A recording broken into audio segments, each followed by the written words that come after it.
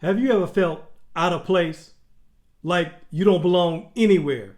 Not at work, not at school, not even at church.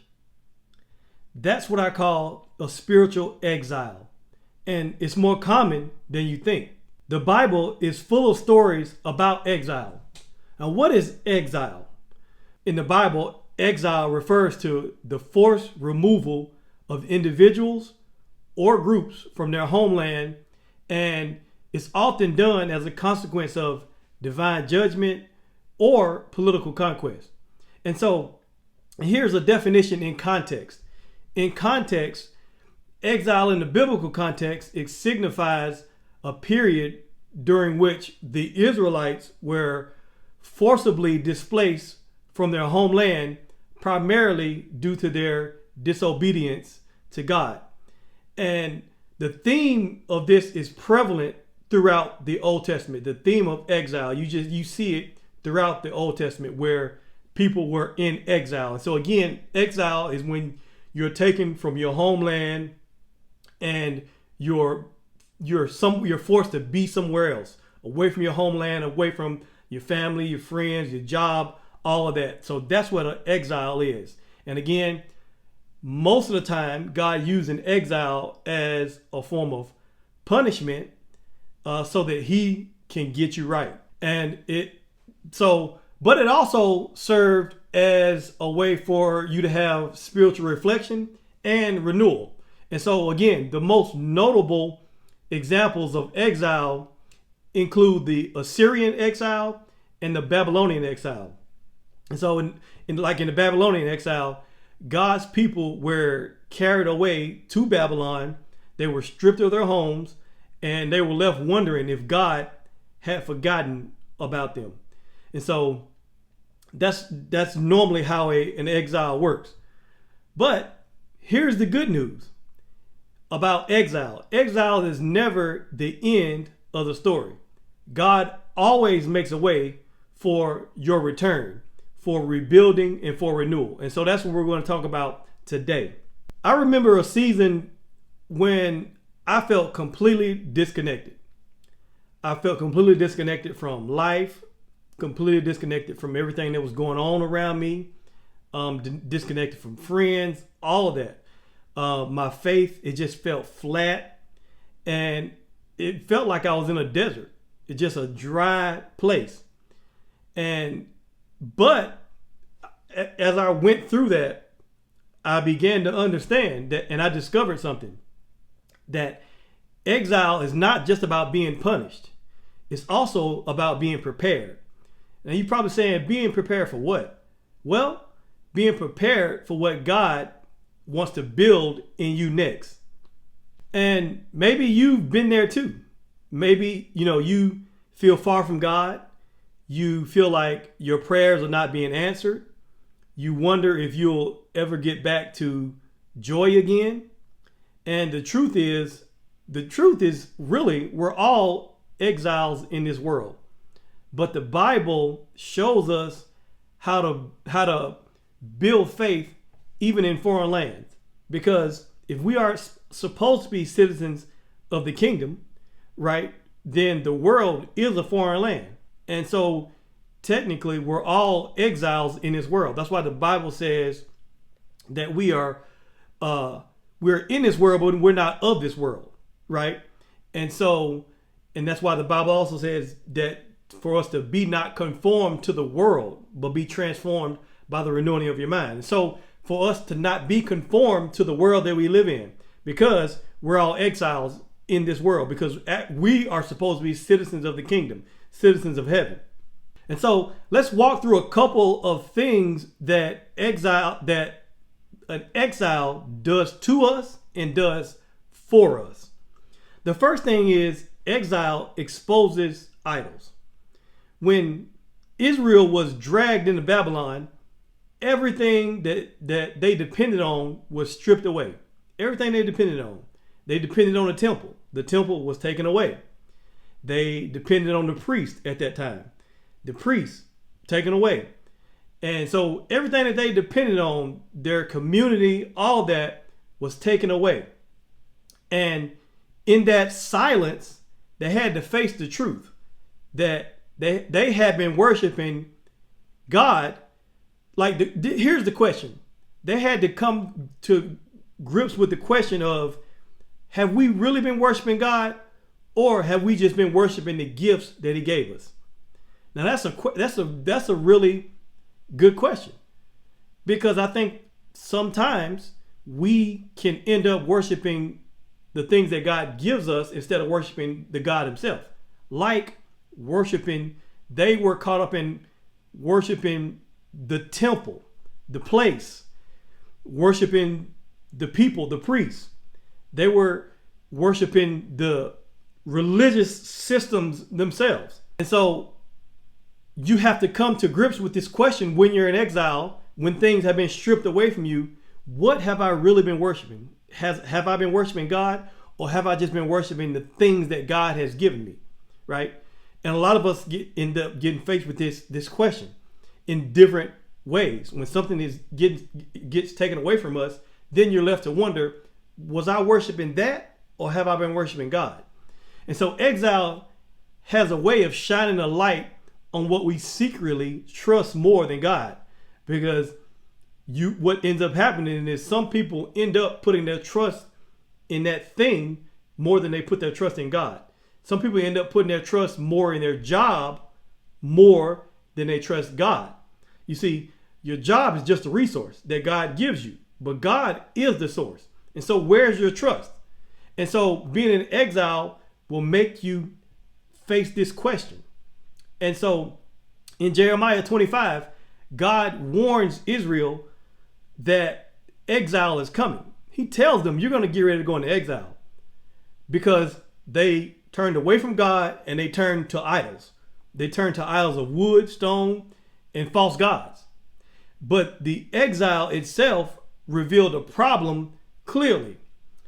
When they went in exile, all the idols were gone, taken away from them, and now they can finally see those empty holes in their heart. And so I'm going to go to Jeremiah 25, and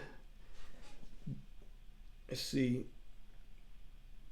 I'm going to go to Jeremiah chapter 25, and in chapter 25, I'm going to look at verses 4. Verses 4 through 7. Verses 4 through 7 in Jeremiah. And so to give you a little context, this is Jeremiah speaking to the people in Israel. At that time, they were in captivity, in exile in Babylon. And so this is Jeremiah speaking. And he said, again and again, the Lord has sent you, his servants, the prophets, but you have not listened or even paid attention. So this is Jeremiah telling the people, listen, God has sent you prophets, he sent you servants, but you have not listened. God has given you all these warnings. And God did. He gave them all these warnings through all of the other prophets, Isaiah and just all the other prophets. And so he says again and again, the Lord has sent you servants, his servants, the prophets, but you have not listened or even paid attention. And he says, each time the message was this, and this was the message: turn from the evil road that you are traveling, and from the evil things that you are doing. Only then will I let you live in this land that the Lord gave to you and your ancestors forever. And so God has made it clear that these prophets have come and spoke to the people, and Jeremiah is one of them, spoke to the people and told them that, listen, what you're doing right now, you've turned away from God, you are doing evil things, but the Lord has gave you a warning over and over again. And then in verse 6 it says, do not provoke my anger. This is Jeremiah saying what the Lord is saying. Do not provoke my anger by worshiping idols that you had made with your own hands. Then I will not harm you. And so it's clear they were worshiping idols, things that they were making with their own hands, right? Kind of like what people do today. People, create wealth for themselves, or create get a good job, and they started worshiping their own thing. Like they make that an idol, their job an idol. They make their car, their house, they make all these accomplishments, they make that an idol. And they start worshiping that and forget all about God. And so, and then it says, and then in verse 7 he says, but you would not listen to me, says the Lord. And he says, you made me furious by worshiping idols you made with your own hands, bringing on yourselves all the disasters that you suffer now. And so Jeremiah is telling them, listen, the Lord says, God says, all of the disaster that you're facing now, you've brought it on yourself. You've brought it on yourself because you are worshiping everything except the God who has brought you thus far, basically.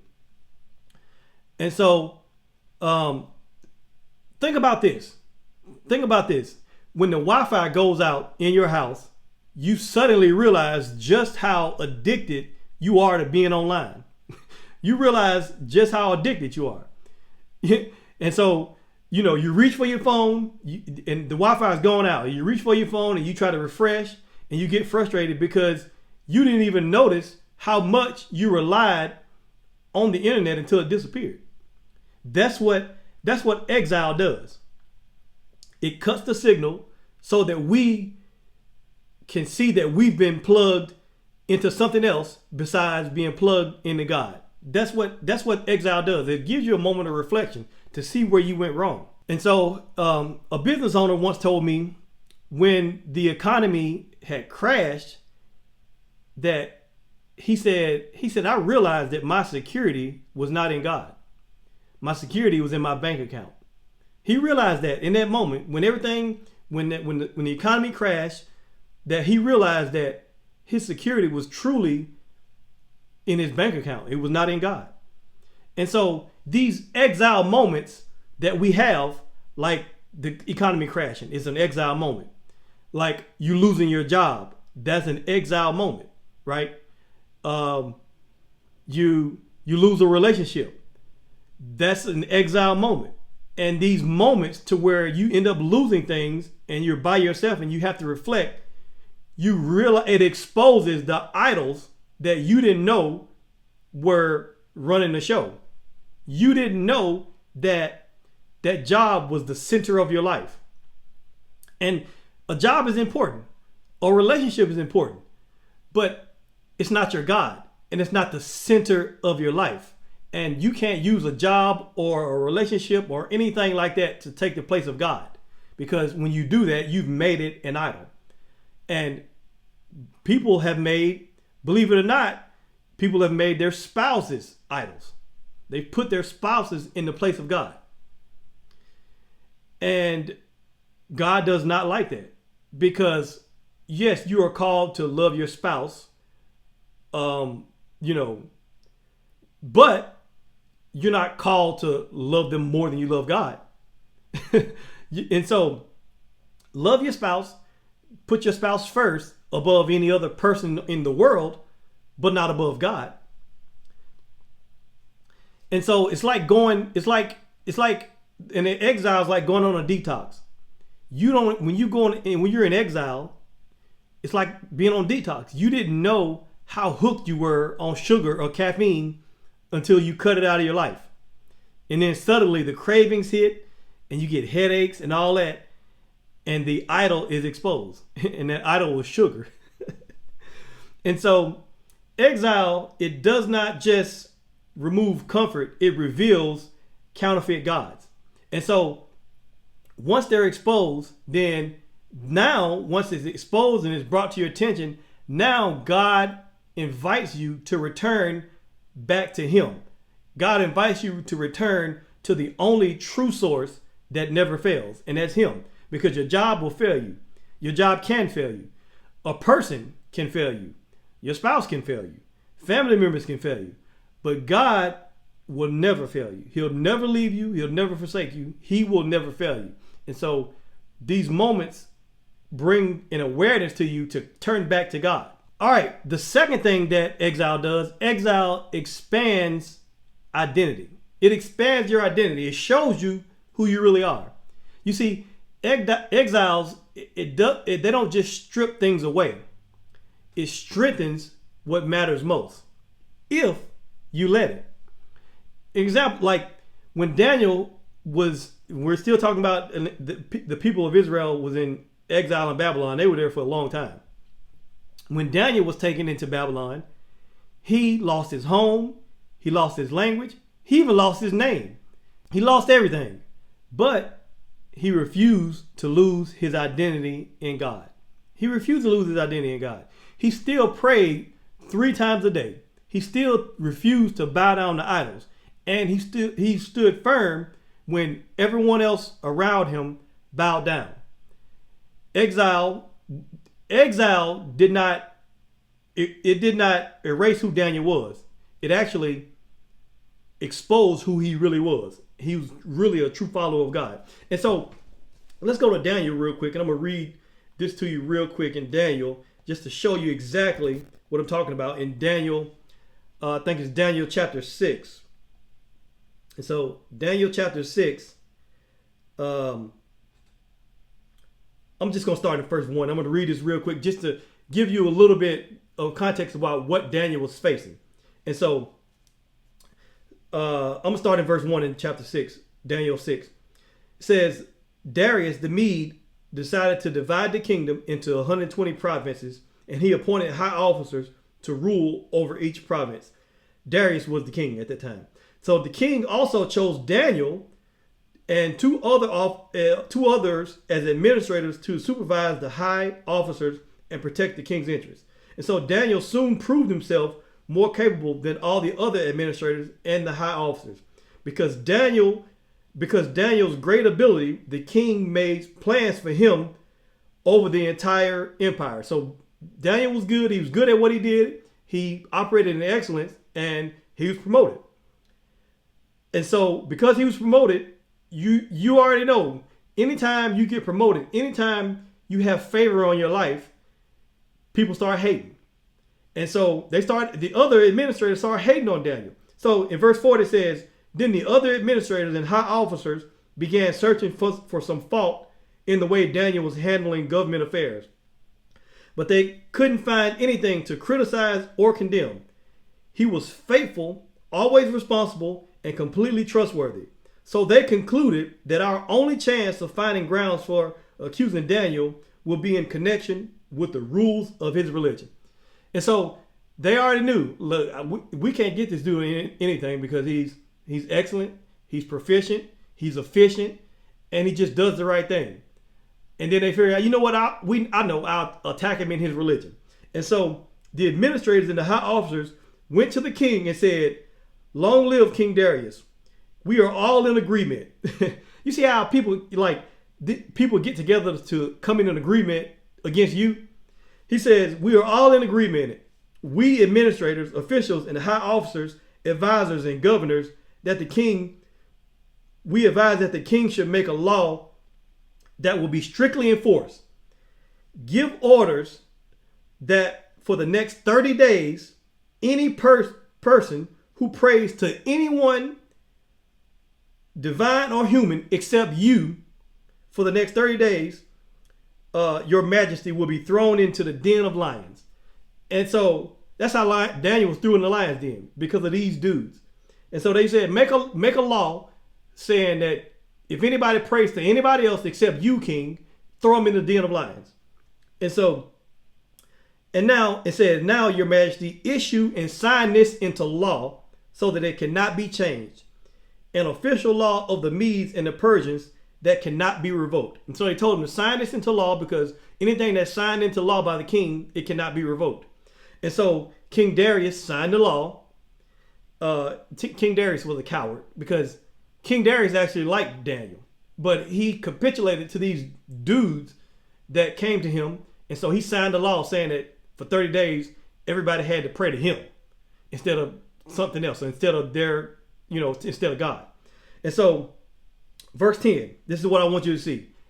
So it got signed in the law. Verse 10, it says, but when Daniel learned that the law had been signed, he went home and knelt down as usual in his upstairs room with his windows open toward Jerusalem, and he prayed 3 times a day, just as he's always done, giving thanks to his God. And so Daniel said, look, I don't care what you say. I am not going to bow down to you. I'm not going to make you. You're not a God. You're a false God. I'm not going to bow down to you. I'm going to continue to pray to my God. And so as soon as they signed it into law, Daniel went and prayed right after that. Like, now, anybody else would have been scared and be like, okay, well, it's a law now, so I can't pray. I can't worship my God because they've made it a law that I can't worship my God. And so most people would have just accepted that. But not Daniel. Daniel said, I don't care what happens. I don't care what happens. I am not going to forsake God because God has not forsaken me. And so I'm not going to forsake what I know. I'm going to stick with God. Come what may, it doesn't matter. And so that's what Daniel did. He prayed. It said he prayed as always, as usual. He went and prayed. And so they saw him praying because, again, he had all his windows open. He was not trying to hide it. They saw him praying, and then they went back to the king and said, Daniel's still praying. And you signed a law that says he couldn't pray to another God. And so, and the king, he still didn't want to throw Daniel in the lion's den. He still was like, I like Daniel. He better than all y'all. And so, but the pressure, they was like, but you signed it into law. And when the king signed something into law, it can't be revoked. And so the king was like, all right. And he threw Daniel in the lion's den. Well, make a long story short, read the story. But in the end, God delivered Daniel from the lion's den. God shut the mouths of the lions, and the lions did not eat Daniel. And so Daniel got out of the lion's den. And then, if you read the story, the dudes, after he got out, the king said, I knew your God was going to deliver you. The king said, I knew it. I knew your God was going to deliver you. And so after Daniel got out of the lion's den, what he did was he took all those snitches and all those dudes that tried to bring Daniel down. He took them and their wives and their children. He took all of them and threw them in the lion's den. And the lion ate them all up. Wow. Isn't that amazing? Isn't that the people that try to bring you down, God sees to it that they end up getting brought down. God sees to it that they're the ones that get eaten up by the lion. All you got to do is continue to put your trust in God. You don't have to, because God says that you don't have to get revenge. I will get revenge for you. He says, vengeance is mine, says the Lord. I will repay. So you don't have to do anything. You don't have to get your haters back. You don't have to do anything back to people that did something to you. All you got to do is let God handle it, because God can handle it way better than you can. And so, but the thing about it is, again, the exile showed us what Daniel was really made of. And Daniel was a person who was really a true follower of God. And he didn't let his situation dictate his faith. And so think about seed in soil. To the outside world, a seed, it looks like it's buried, it's hidden, it's forgotten. But under the dirt, something powerful has happened. The roots are growing deeper. And exile is the same way. In Daniel's situation, it looked like Daniel was buried, but he was not buried. And so exile works the same way. It presses us down, and the pressure, it builds strength in places that we didn't know we had. And I'm pretty sure Daniel didn't necessarily know he was going to have to stand up. He didn't think that. But when push come to shove, and when the pressure is on, Daniel rose to the occasion. He was like, no, I'm not going to worship you. I'm not going to pray to you. I'm going to pray to God. And so I once heard a story about an athlete who tore a muscle and had to sit out for a whole season. Now, at first, he thought that this exile that he was in, this exile from the game, it meant that his career was over. But while he was in recovery, he discovered some new disciplines. He discovered deeper focus. And he discovered even a stronger identity. And he discovered that he was not just a player, but he was a leader. And so sometimes exile, it expands us beyond the labels that we thought defined us. It's like when you move to a new city, or you start a new job, or you start a new school. You feel lost at first. But exile, it gives you a chance to redefine yourself. Not by what's around you, but by what's inside of you. Because everything around you may be foreign, but what's inside of you, it gives you a chance to see what's really inside of you. And so exile may change your surroundings, but it can't change your standing with God. In fact, exile, again, it expands your identity. It teaches you what you really are when everything else is stripped away. And so the last thing I'll talk about here is, okay, now we understand what exile is, and we understand what happens in exile. We understand that exile exposes idols, first of all, and then it exposes your identity, who you really are. Are you gonna put up or shut up? Are you gonna stand or fold? Like what are you gonna do in the pressure zone? So it exposes your identity, what you're truly made of. But like I said, the good news is there's always an end date to your exile. You always come out. You always return back to wherever you were, right? And so the last thing I want to talk about is your return. But here's the thing, the return requires rebuilding. You have to rebuild, because coming back from exile is not the finish line. It's actually just a starting point, because you have to start rebuilding now. When Israel finally returned from Babylon, they didn't walk into a perfect situation. They didn't walk into the perfect land flowing with milk and honey. They came back to ruins. They came back to broken walls, burned down gates, and a temple that was reduced to rubble.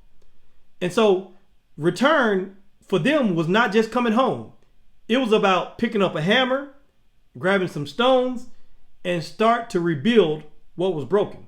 And if you can look in Nehemiah, I'm not gonna go there, but in Nehemiah, in the book of Nehemiah, the whole book of Nehemiah actually, but so in Nehemiah rallies the people to rebuild Jerusalem's walls. It was not easy. There was a lot of opposition. Even then, there was opposition. Nehemiah had opposition against him when he was trying to rebuild their nation, their land. They had fear, they had fatigue, but they just kept building brick by brick. And eventually the city was restored. And so God's promise of return for Israel, it was real, but it required for people to participate in rebuilding. Think about if moving into like an old house, right? You move into an old house, the paint is peeling, the roof might be leaking, the floor cracks, but you don't just come in there and just put a couch in there and sit on the couch and expect everything to be okay. No, you have to fix it. You have to build it. You have to rebuild it. You have to roll up your sleeves and start repairing.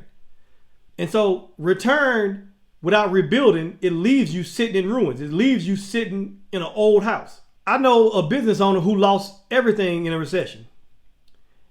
And they lost everything in a recession, and it was tough.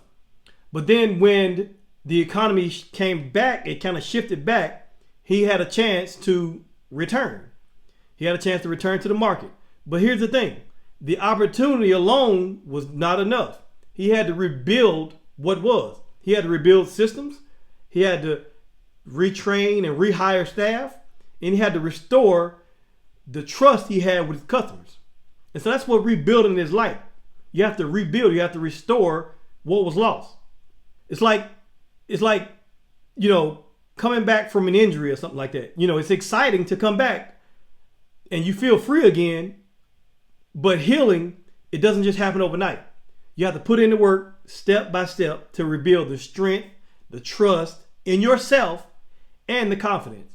And so the return from exile is God's gift to you. But rebuilding is your responsibility. You have to rebuild. And when we partner with God in the rebuilding, then, we partner with God with the rebuilding, then we can begin to have revival. And so let me ask you, what idols has your exile exposed? If you've been in an exile, what idols have your exile exposed? Like, how has God expanded your identity, or how have you seen your true identity when you were in exile, when you were away from everything you knew? And the last question is, where is God calling you to start rebuilding? Exile, it might feel like a disconnection, but in reality, exile is divine preparation. It's God preparing you for something. And so here's the thing. Nobody wants to be in exile, but here's what you do when you find yourself in one. And exiles can be any type. And your exile may not be like in the Bible. You may not get snatched away from your family in 2025. But an exile for you could be, again, losing a job, or losing a relationship, or transitioning to something that's unfamiliar to you, or having new friends. It can be something like that. And so here's the thing. When you are in an exile, don't waste your exile. Use it to rebuild. Because every exile, it leads you to an encounter with God. And then once you return, or you actually go to something new, you have to rebuild. And every rebuilding, it leads to revival. If you're watching this on replay and this message spoke to you, drop a comment below and just say, I'm rebuilding.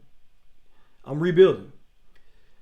And if you're watching this on replay again, don't just watch this alone. Share this with somebody who feels far from God. They might be in an exile season right now. And so share this with them. And remember, God does not leave his people in exile. You're only there so the exile can do what the exile is meant to do in your life. It's to prepare you for what God wants to do with you next. And so he never leaves you in exile. He always brings you home, because he's got a bigger plan for the reason why you were in that exile. He's always got something better planned for you.